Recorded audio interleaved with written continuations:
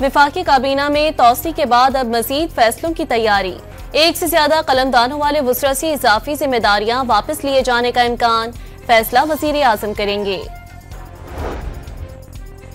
धमकी कहीं से भी आ सकती है, गवर्नर सिंध को मजीद सिक्योरिटी की जरूरत है तो देंगे। सूबाई वजीर सईद गनी की मीडिया से गुफ्तगू। लाहौर में पेशावर भिखारियों के खिलाफ क्रैकडाउन, ठोकर न्याज बैग के इलाके से भिखारी गिरोह का सरगना पकड़ा गया। और चैंपियंस ट्रॉफी में 4 रन पर 3 विकेटें गंवाने के बाद भारतीय बैटिंग लाइन संभल गई। न्यूजीलैंड के खिलाफ 200 से ज्यादा रन बना लिए। विफाकी काबीना में तौसी के बाद अब मजीद फैसलों की तैयारी। एक से ज्यादा कलमदानों वाले वुज़रा से इजाफी जिम्मेदारियां वापस लिए जाने का इम्कान, फैसला वजीर आजम करेंगे।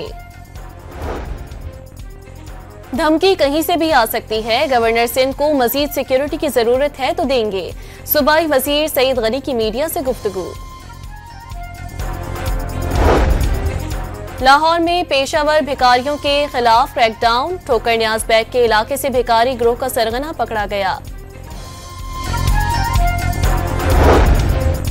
और चैंपियंस ट्रॉफी में 4 रन पर 3 विकेटें गंवाने के बाद भारतीय बैटिंग लाइन संभल गई। न्यूजीलैंड के खिलाफ 200 से ज्यादा रन बना लिए। विफाकी काबीना में तौसी के बाद अब मजीद फैसलों की तैयारी।